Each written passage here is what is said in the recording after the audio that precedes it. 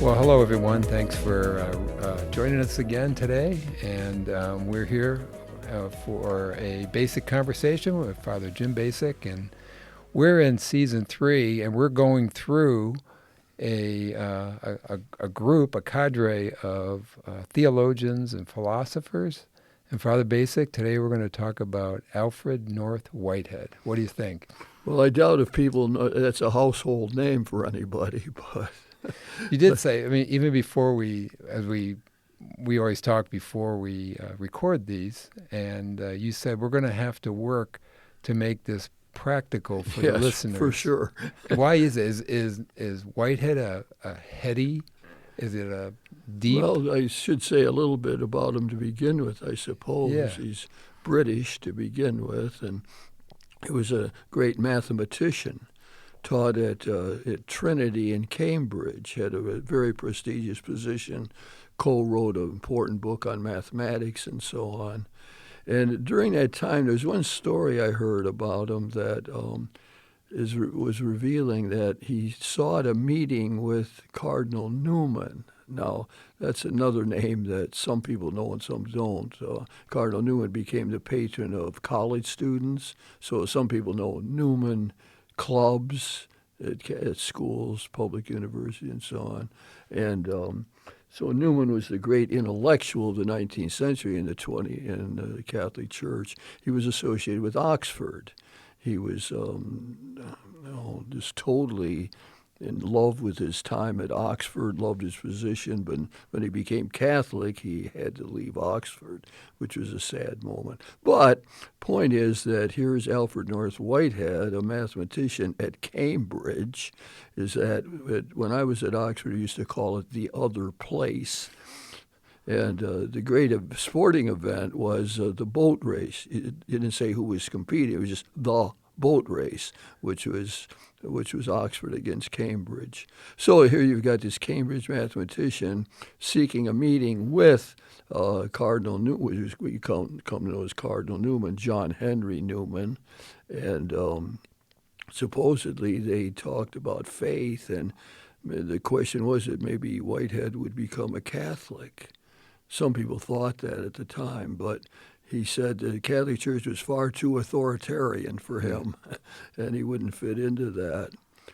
So he was at the age of 63. This is what's remarkable about his life. At the age of 63, he takes a position at Harvard as a professor of philosophy, not as a mathematician. And he thrived in that position. In the 20s, he wrote one book after another talking about God and our belief and so on, important books and that are hard to understand, by the way. And that was before he went to Harvard? He wrote those books? No, he wrote them after he got there. Okay. That's so he had this great production of religious writings in after the age of 63, and which ended up starting a whole movement of what we call process theology. Process. So his big word was process. He was important. Most of the classic work was process and reality. So without getting into the weeds totally, he was very big on that the world is developing, that we are developing, and that Christianity had to be in touch with evolution and modern science and so on. That was part of his project, Process and Reality. And it ended up starting a school that we call Process Theology, centered at Claremont University in California. And I'm not attuned to this theology. It's not, it doesn't resonate a whole lot with me. But I did have dialogue with some of his followers at times, so I got to know a little bit of it that way. So I suppose he could, and so that's enough background. Wasn't there the aspect, the tension between science and religion? Wasn't that a big part of? Great, Brad. That's it. Yeah. Let's make that the setting of what we're talking about. Okay, so that a lot of people thought, Catholics, scholars even, that evolution was not compatible with the Catholic outlook. And so it became a whole movement to what we call sort of reject modern science as being opposed to belief. And you could highlight it this way. Classic Catholic Christian theology insisted that God was the unchanged prime mover. That comes from Thomas Aquinas, who was influenced by Aristotle and so on. Thomas Aquinas died in 1274. The emphasis was God is unchanging. Probably when you were growing up and learning catechism and so on, that probably was a message that came through, that God is the unchanging one. He's the prime mover. And so Whitehead said that classic theology just won't work. And so one of the things that he wanted to do was reinterpret God. Who is God? In a modern scientific evolutionary framework. Who is God? And so one of his main contributions was to try to explain how we could say that God is both transcendent, that is over and above what's going on, but is also immanent within in the process. And that Whitehead insisted that God changes. And that classic theism, classic according to Aquinas and the received tradition, is not tenable if you are into science, if you hold evolution. So part of his way was to say, well, no, we can say God changes. He has language for it. There's a way in which God, he called it God's primordial nature, is unchanging, but his consequent nature is changing. I mean, it's a word game in my mind. I mean, it's not, it's hard to explain. That was too strong. I shouldn't say it was a word game, but it was one way of trying to do it. So when it came to the question of God changing, my mentor, Karl Rahner, once said, yes, God does change, because after about 2,000 years ago, we now say God, Son of God, is made flesh, has become the Word. So how are you going to say totally God is unchanging? Now, Rahner didn't get into a good explanation of that, but he was open to the idea that God changes. So Whitehead was at great pains to try to show how people who are into modern science, scientific people like himself, mathematicians, and even ordinary people, how they can believe in God. And one of the things that came out, he didn't expand on this a whole lot as far as I know, but that common, ordinary believers do think God changes. So we say, well, God intervened when my baby was born, and God saved my daughter and gave her a full and happy life. And therefore, in my own mind, God, the prayers worked, the baptism of the infant worked, and that therefore God does change. Or that we can there is a feeling among many people, we can persuade God. That is, we'll all gather in prayer to ask God to intervene and help our mother, who is very sick now, and help her to get well. So there's sort of a common faith sense that God changes like that. Mm. Let me give you a couple statements here, and you react to these, okay? See if you like this format here I'm going to have at you. The world is best understood not as a machine governed by fixed laws, but as an evolving process guided by creative energy. Yeah. What does that do? That's Whitehead. That's a good summary. It's a bold statement. Yeah. I mean, that's the world is not a static reality. What's real is change. What's real is becoming. What is real is what is developing. And the world, the old worldview that the world was this fixed place and that we could look at it and we could learn about God from it, but it itself was unchanging in a way. And of course, modern evolutionary thought, it's like Teilhard de Chardin said, evolution was not just a theory of physics, but evolution is a way of seeing the world. And so that's what's happened in the modern world. We have just come to accept evolutionary thought. I remember when I finished reading Teilhard de Chardin's Phenomena of Man, and I said to myself, I remember where I was and everything. I said, I didn't understand a whole lot of that, but I know I'm never going to think the same. And what had happened to me is that I had seen that evolution was a light within which we look at reality. And that goes for the world, but it also goes for us. So, it's not static, but it's changing, and therefore we need to find a way to talk about it as believers that takes that into account. This might be a same way or different way of entering this, but Whitehead cautioned against dogmatic certainty when looking at the world. Yeah. That's a strong statement, too. Yeah, it's also a statement of a scientist who says we have to have hypotheses, we have to test, we have to observe, we have to see what the best ways of looking at the world are. That captures that same. Process is the word. The world is in process. We are in process. God is in process.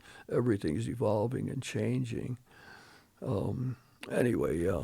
And I think here is where we maybe can turn into the human side of Whitehead, because we're talking about some of that scientific part.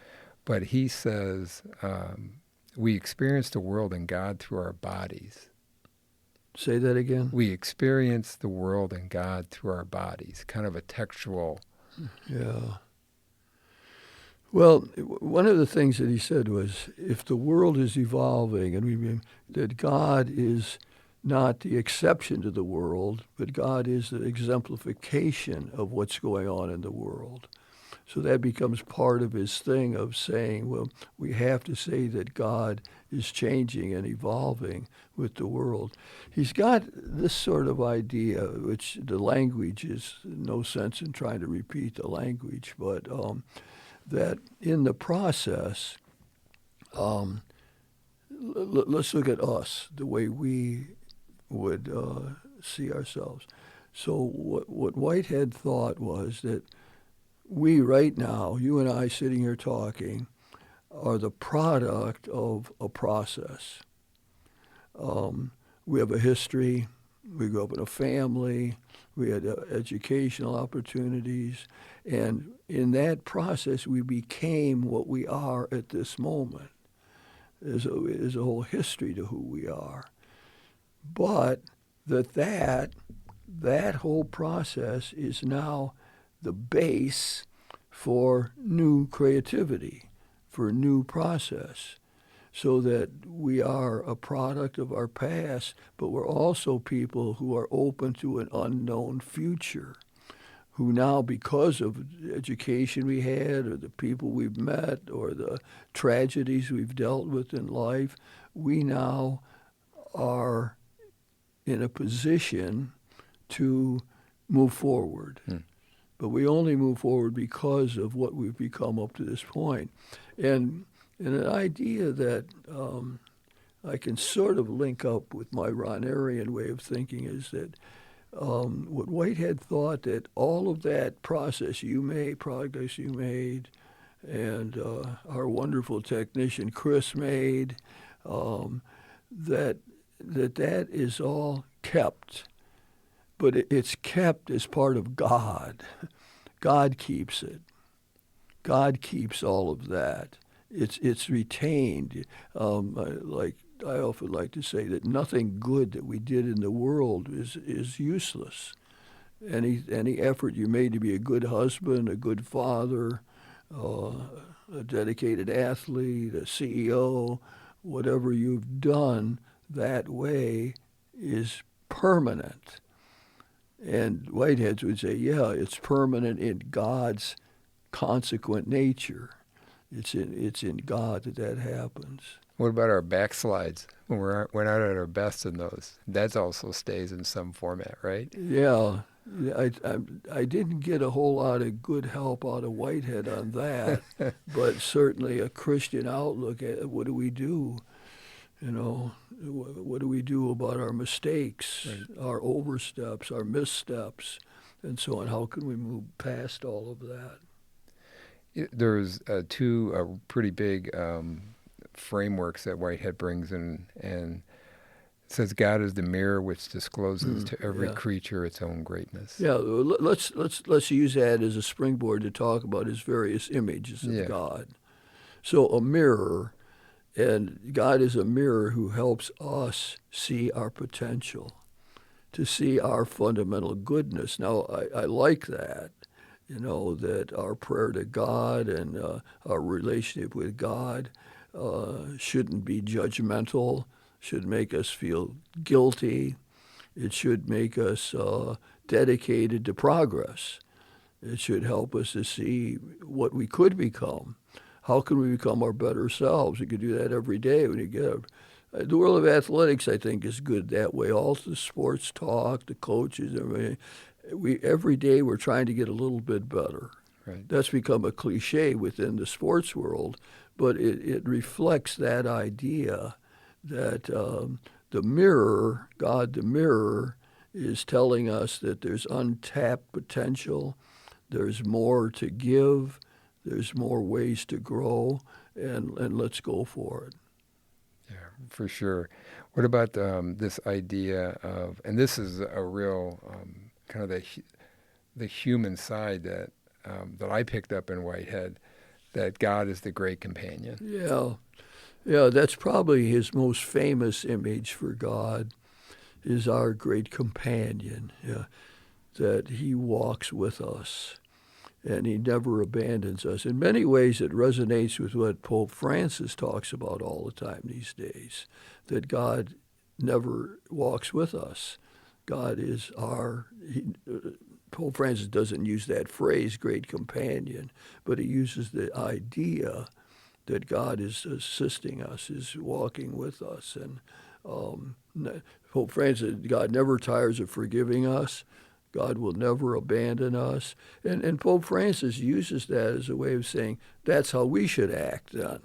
Because God accompanies us. What we want to do is accompany people, not that we got answers for people all the time, but that we shouldn't abandon them. He keeps, I'm back to Francis again, but it's an idea that Whitehead holds, that God is our companion.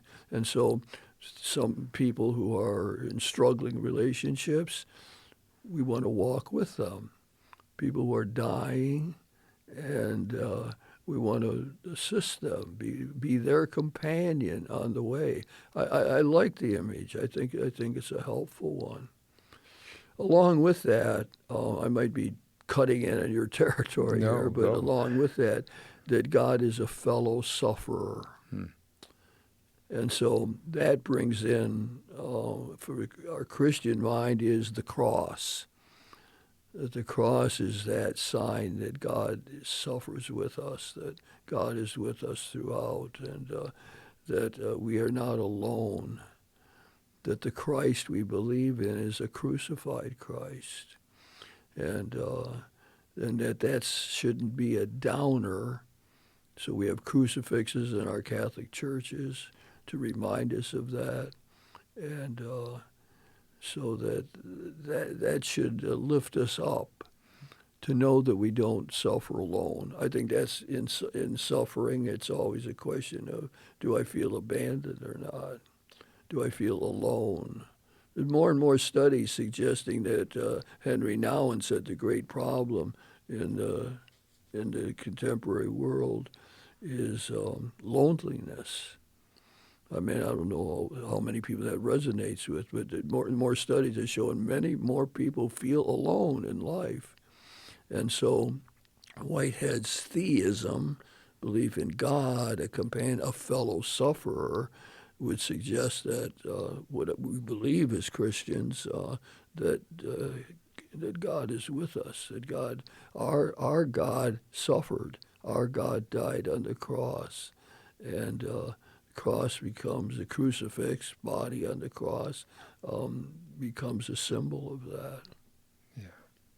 Are there any other meaningful takeaways from Whitehead's either life and or teachings? Yeah, did we say enough about what it tells us about ourselves, our own personal growth? If people are going to get into Whitehead at all and process theology, it would have to have that kind of practical spin-off. I guess we did say quite a bit about that we are called to develop out of what we've already become. Mm-hmm. Let me just try something else. Some of the process theologians that I talked to were very big on how good Whitehead is in dealing with the environmental crisis. So that for Whitehead, everything in the world is related. There are no independent entities. It's all connected and all kept and unified in God's consequent nature, and that therefore we are to attend to the world.